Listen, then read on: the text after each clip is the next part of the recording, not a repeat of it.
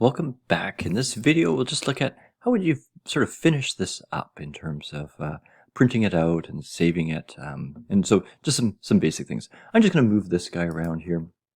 And notice you do have the V key and you do have the A key. So just like Illustrator, there's your V and A key for your direct selection and your regular selection. I'm just going to move this down. Now that I'm sort of thinking about it, this is more of a sort of a signature kind of thing. So I'm going to put that just sort of little bit. I think you can still use the arrow keys as well. There we go, to sort of set it off there.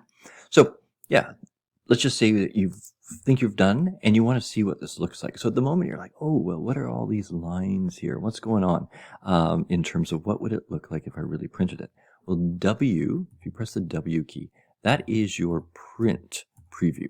And notice everything sort of disappears. So if you press W, you can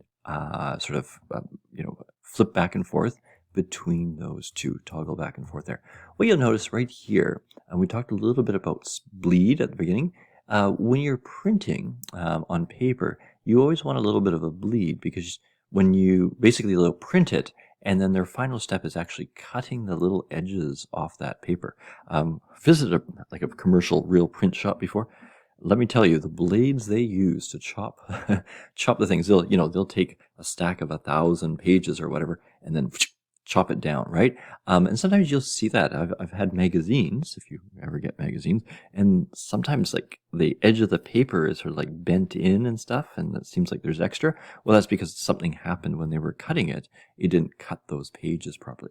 So the edge here being cut to sort of remove this bleed is standard practice, because trying to print right to the edge is kind of an impossibility. You might not get it right to the edge, so you print beyond the edge and then just cut it back, and then that way everything looks nice.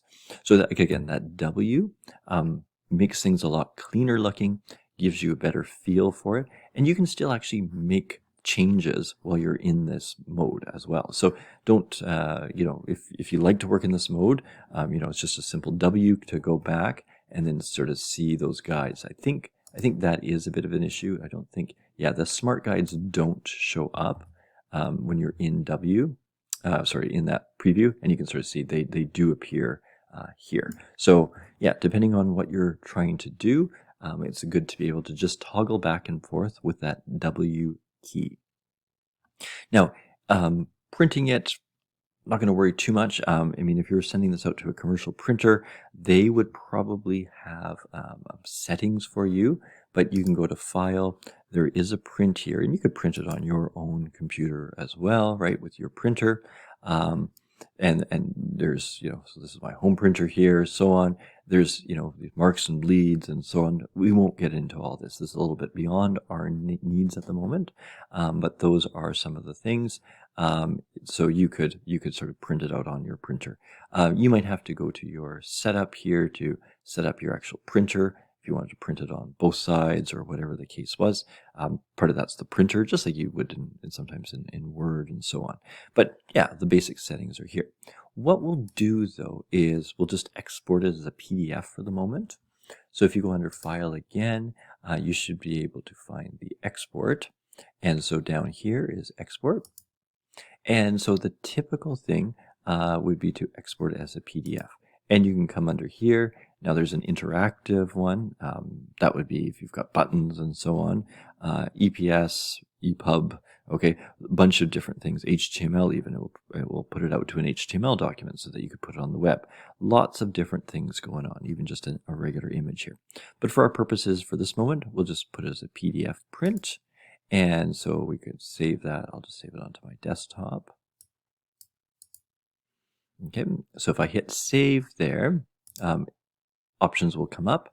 There will be Adobe presets, compatibility. Again, this would really just depend on if you were sending it to a proper print shop. They might have a requirement, and so you could set it up to those. But otherwise, whatever pages and so on. One thing that you might want to have after is that you could view the PDF after exporting.